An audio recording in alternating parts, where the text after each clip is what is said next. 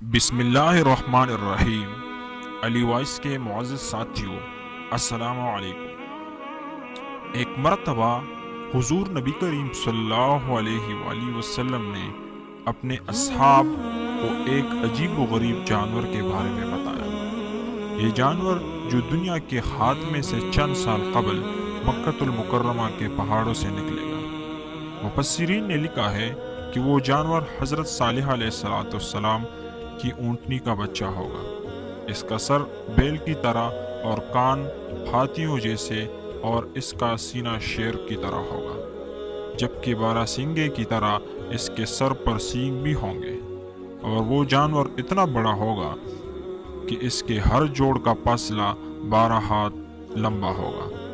پھر وہ جانور مومن اور منافق میں فرق کرنے کے لیے لوگوں کے چہرے پر ایک مہر یعنی اسٹامپ لگائے گا۔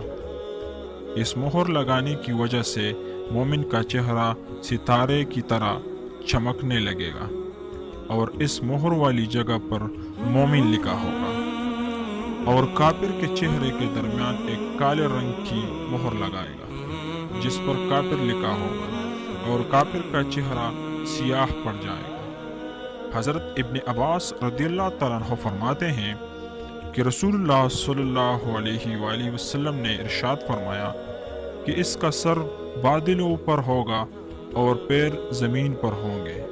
وہ جانور پہاڑ سے نکل کر ایسی چیخ مارے گا کہ ہر شخص اس کی چیخ کی آواز کو سن لے گا۔ ناظرین کرام، اس طرح کے کئی واقعات موجود ہیں، ان کو سمیٹنا ایک ہی ویڈیو میں انتہائی مشکل کام ہے۔ چلیے ملتے ہیں ایک نئی خوبصورت ویڈیو کے ساتھ، تب تک کے لیے اپنا ڈھیر سارا خیال رکھیے گا۔ اجازت چاہتا ہوں، اللہ نے